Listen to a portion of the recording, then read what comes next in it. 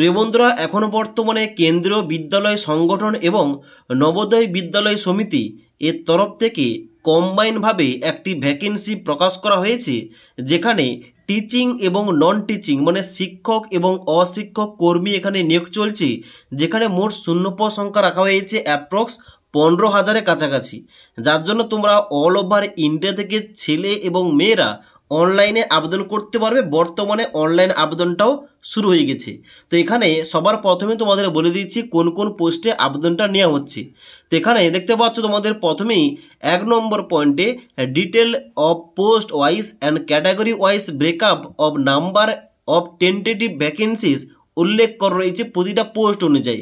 যেমন এর পয়েন্টে বলা হচ্ছে অ্যাসিস্ট্যান্ট কমিশনার, তারপরে বলা হচ্ছে এখানে প্রিন্সিপাল, তারপরে ভাইস প্রিন্সিপাল ইন কেবিএস, তারপরে রয়েছে পোস্ট গ্রাজুয়েট টিচার, যেখানে তোমাদের নিচে প্রতিটি সাবজেক্ট অনুযায়ী ভ্যাকেন্সি উল্লেখ করা রয়েছে।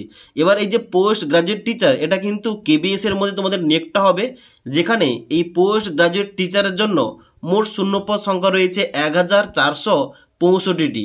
এবার নিচে রয়েছে এখানে পোস্ট গ্রাজুয়েট টিচার আবার এনবিএস মানে নবোদয় বিদ্যালয়ে তোমাদের চাকরিটা হবে, এখানে মোট শূন্যপদ সংখ্যা রয়েছে 1,513টি। ওকে, এবার এখানে তোমাদের নিচে আবার বলা হচ্ছে post graduate teacher PGT modern Indian language in এনবিএসে নিয়োগ হবে, যেখানে কিন্তু মোট 18টি ভ্যাকেন্সি। তারপর রয়েছে ট্রেন গ্র্যাজুয়েট টিচার, তারপর রয়েছে লাইব্রেরিয়ান ইন কেবিএস, তারপর রয়েছে train graduate teacher TGT in NBS, তারপর রয়েছে এখানে train graduate teacher third language in NBS. এইভাবে কিন্তু এখানে শিক্ষক এবং অশিক্ষক কর্মী পোস্টে কিন্তু এখানে তোমাদের নিয়োগটা হচ্ছে। এবার নিচের দিকে এলে এখানে দেখতে পাচ্ছ নন টিচিং কিছু পোস্টের নামও উল্লেখ করা রয়েছে, যেমন administrative officer, finance officer, assistant engineer, assistant section officer, junior translator, senior সেক্রেটারির অ্যাসিস্ট্যান্ট, জুনিয়র সেক্রেটারির অ্যাসিস্ট্যান্ট এবং স্টেনোগ্রাফার গ্রেড 1 এবং গ্রেড 2। ওকে, এবার এখানে কিন্তু নিচে আবার নন টিচিং পোস্ট যেখানে এনবিএস তোমাদের নিয়োগটা করা হবে, এর মধ্যে আবার রয়েছে জুনিয়র সেক্রেটারির অ্যাসিস্ট্যান্ট, জুনিয়র সেক্রেটারির অ্যাসিস্ট্যান্ট, জেএনভি ক্যাডরে, ল্যাব অ্যাটেন্ডেন্ট এবং এমটিএস অর্থাৎ মাল্টিটাস্কিং স্টাফ। এতগুলো কিন্তু পোস্টে নিয়োগটা চলছে, যেখানে কিন্তু প্রায় শূন্যপদ সংখ্যা রয়েছে 15,000-এর কাছাকাছি। ওকে, তো এখানে কিন্তু অবশ্যই তোমরা মিনিমাম যোগ্যতা মানে মাধ্যমিক থেকে উচ্চ মাধ্যমিক, গ্রাজুয়েশন এবং হায়ার কোয়ালিফিকেশান থাকলে তোমরা কিন্তু এখানে ভিন্ন ভিন্ন পোস্টে এলিজিবল আবেদন করতে পারবে। তাহলে এখানে কোন পোস্টে কি যোগ্যতা চাওয়া হয়েছে কিংবা কারা কারা আবেদন করতে পারবে, দেখো এই সম্বন্ধে কিন্তু তোমাদের 2 নম্বর পয়েন্টে এসেনশিয়াল কোয়ালিফিকেশান এবং পে স্কেল দেওয়া রয়েছে, এবং এখানে এজ লিমিটও উল্লেখ করা রয়েছে প্রতিটি পোস্টের জন্য আলাদা আলাদাভাবে।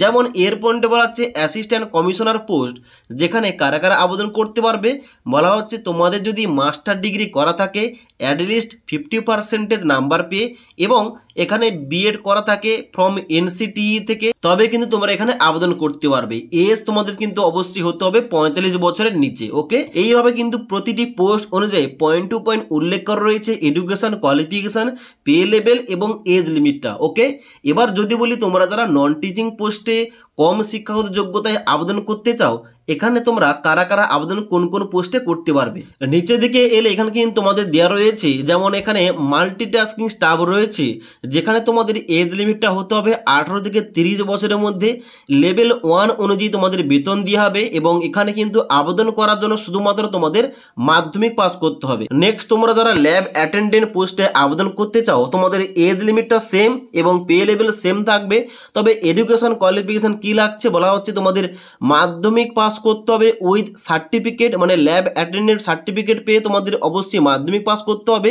তাছাড়া তোমরা যদি ডিপ্লোমা করে থাকো ল্যাবরেটরি টেকনিকে, তোমরাও আবেদন করতে পারো।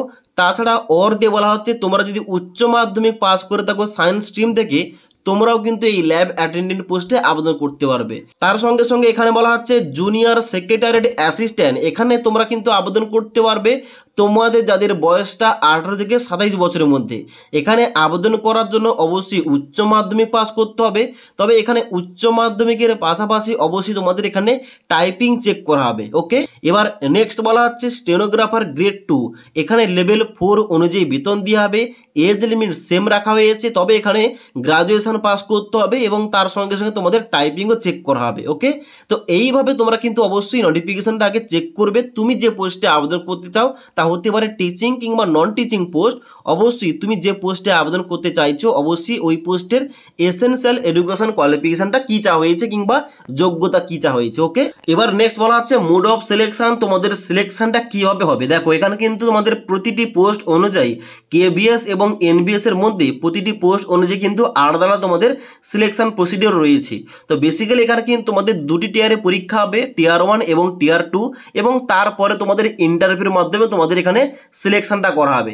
নিচের দিকে এর এখানে কিন্তু তোমাদের A to Z দেওয়া রয়েছে তোমাদের এক্সাম প্যাটার্নটা, তোমাদের কত নম্বরে পরীক্ষা হবে, কোন পোস্টের জন্য তোমাদের কত নম্বরে পরীক্ষা দিতে হবে এবং কোন পোস্টের জন্য তোমাদের কয়টা সিলেকশন মেথড রয়েছে। ওকে, তো এখানে কিন্তু যেহেতু এখানে তোমাদের প্রচুর পরিমাণে পোস্ট রয়েছে, পোস্টের সংখ্যাটা বেশি, তার জন্য কিন্তু এখানে তোমাদের নোটিফিকেশনটাও কিন্তু এখানে বড় দেওয়া রয়েছে এবং এখানে কিন্তু অবশ্যই তোমাকে চেক করতে হবে তুমি যে পোস্টে এলিজিবল ওই পোস্টের জন্য A to Z ডাটাগুলো। ওকে, তো এবার এই যে কেবিএস এবং এনবিএস এর তরফ থেকে টিচিং এবং নন টিচিং পোস্টের জন্য অনলাইন আবেদনটা চলছে।